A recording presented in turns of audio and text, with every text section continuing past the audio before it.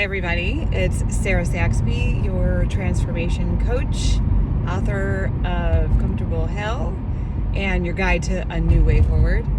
And today, I just, kind of wait to see what pops into my head, to see what we need to talk about. And I was thinking a lot about ownership when it comes to narcissistic relationships, and how the narcissist basically is the owner of you. And, I know that I was owned. And the way that it gets to that point, only people going through it can really, truly understand, because it's just like all of a sudden it's like one day you're living your life and the next day you're a hooker, and who's owned by a pimp. And I was thinking about how this one day, long story short, hurt my knee really bad. And to the point where it was swelled up. I couldn't walk on it. And I'm thinking to myself, of course, the first thing that I think of is maybe I'll get a break. Maybe I'll get a break from my job to please him and to meet his needs. And I was like, because I literally, I'm sitting there with ice and, and the thing is, it's like, once you become, it's like you're a product that was purchased, right? And you get to eat the food that is his, you get to live in the house that's his, and you're a product, and you're a product that's malfunctioning. And so what happens when you buy a product that malfunctions? It's like, you're going to return it, or you're going to just go get another one that works. And that's kind of how it felt, because you're like, I was 100% being used, and that's how I felt. And when there was an issue with the person, the product, then you serve no purpose. And I was thinking to myself that maybe I'll get a break from having to please him sexually. And because I was in a lot of pain.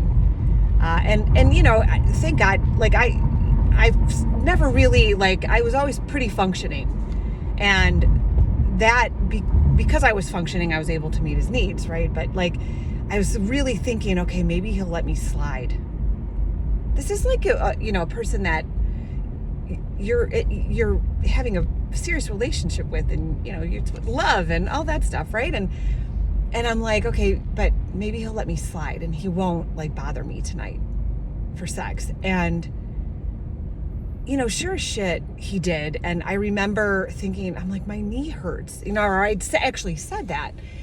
And he was just like, it was like there was nothing in his head that was going to see it my way. It was like, you can still have sex, and I know I did.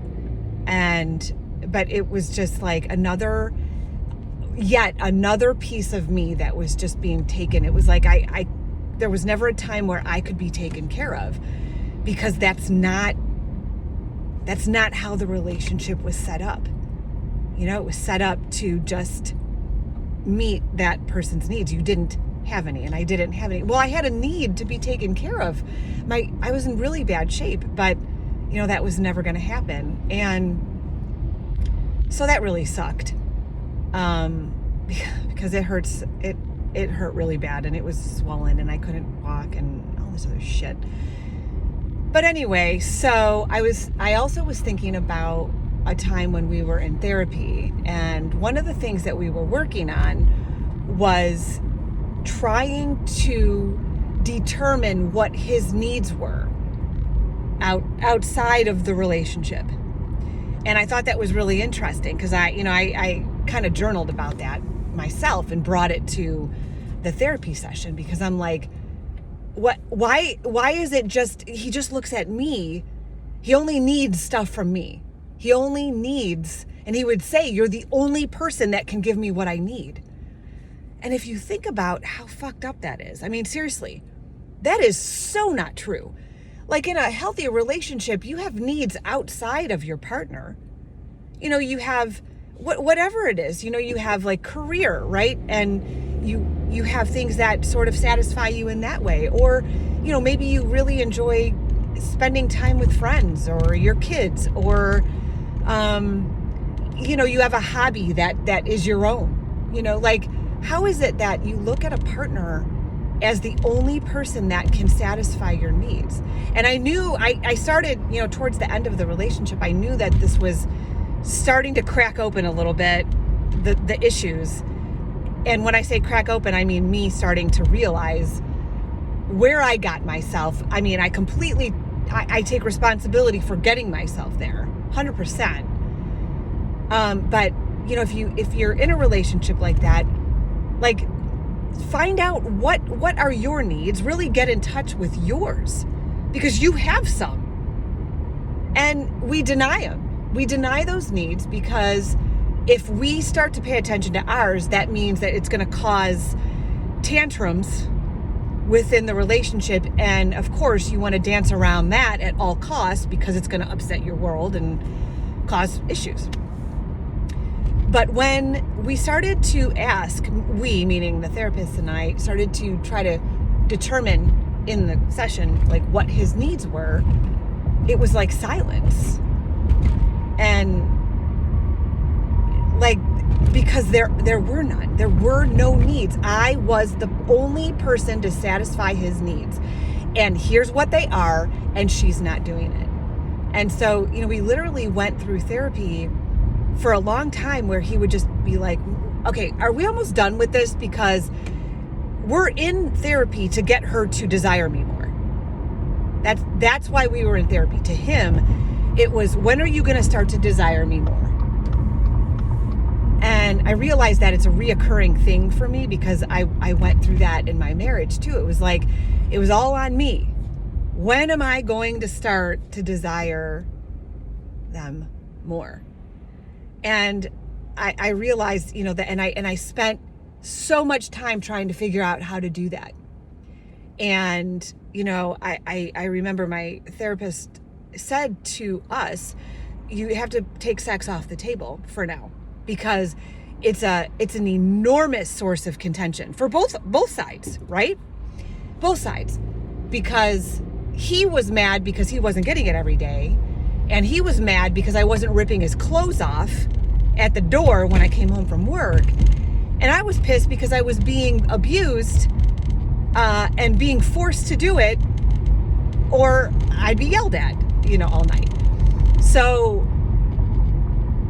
she had said, let's take sex off the table, and she gave like a time frame, and I don't remember what it was. And I looked at her, I was like, oh, that's never going to happen. That's never going to happen.